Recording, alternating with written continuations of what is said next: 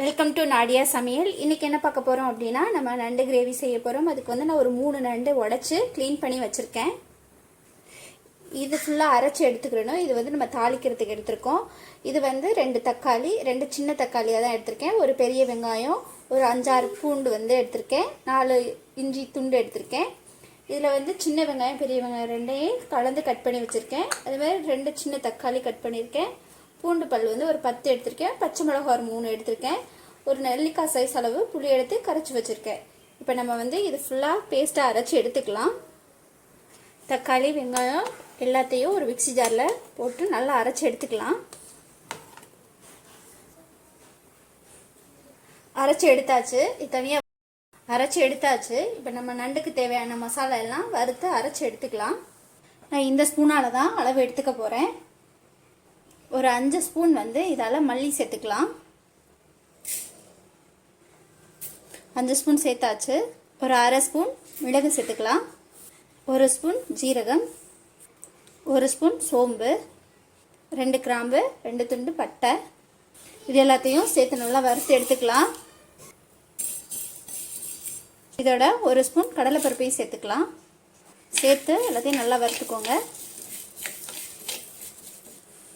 நல்லா வறுத்தாச்சு. ஆறுனதுக்கப்புறம் பவுடரை அரைச்சி எடுத்துருங்க.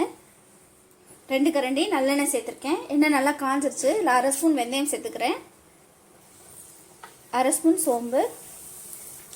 வெந்தயம் நல்லா பொரிஞ்சிருச்சு. வெங்காயம் சேர்த்துக்கலாம். இதோட பூண்டும் பச்சை மிளகாயும் சேர்த்துக்கிறேன். சேர்த்து நல்லா வதக்கிக்கோங்க. கருவேப்பிலை சேர்த்துக்கலாம். தக்காளி சேர்த்துக்கலாம். கொஞ்சமாக கல் உப்பு சேர்த்து நல்லா வதக்கிக்கோங்க.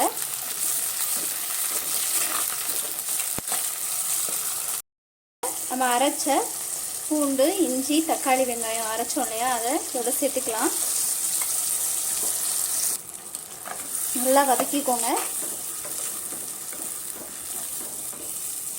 இது நல்லா வதங்கட்டும். அதுக்குள்ளே நம்ம வறுத்ததை நல்லா அரைச்சி எடுத்துகிட்டு வந்துடலாம்.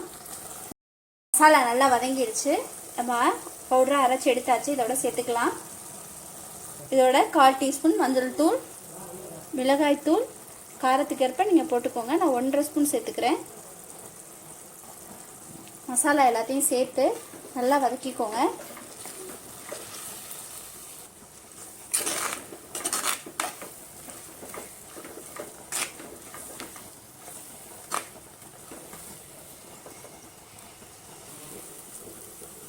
மசாலாலாம் நல்லா வதங்கிடுச்சு. நம்ம இதோட நண்டை சேர்த்துடலாம்.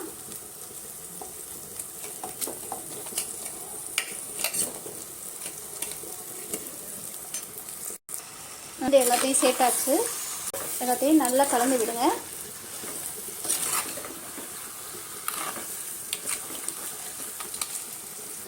நண்டு நல்லா வதங்கிடுச்சு. நான் 1 கப், சின்ன கப்பால் 1 கப் தண்ணி சேர்த்துக்கிறேன். இதையும் சேர்த்து நல்லா கலந்துக்கோங்க. இதோட நம்ம கரைச்சி வச்ச புளி தண்ணியை சேர்த்துக்கலாம். குழம்புக்கு தேவையான உப்பு சேர்த்துக்கோங்க. நல்லா கலந்து விட்டுட்டு மூடி வச்சிடலாம். நல்லா கொதிச்சு நல்லா எண்ணெய் பிரிஞ்சு வரட்டும்.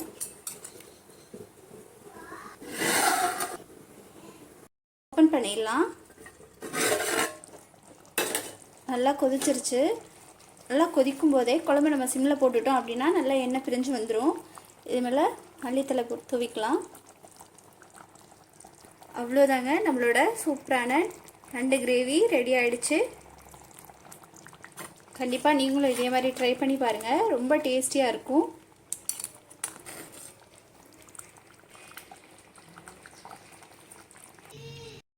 உங்களுக்கு இந்த நண்டு குழம்பு வீடியோ பிடிச்சிருந்தது அப்படின்னா லைக் பண்ணுங்கள், ஷேர் பண்ணுங்கள், மறக்காமல் சப்ஸ்கிரைப் பண்ணுங்கள். பக்கத்தில் இருக்க பெல் பட்டனை ப்ரெஸ் பண்ணி ஆல்கிற ஆப்ஷனை கிளிக் பண்ணுங்கள். அப்போ தான் நான் போடுற வீடியோஸ் எல்லாம் உங்களுக்கு நோட்டிஃபிகேஷனாக வரும். என்னோடய வீடியோவை முழுமையாக பார்த்ததுக்கு ரொம்ப நன்றி.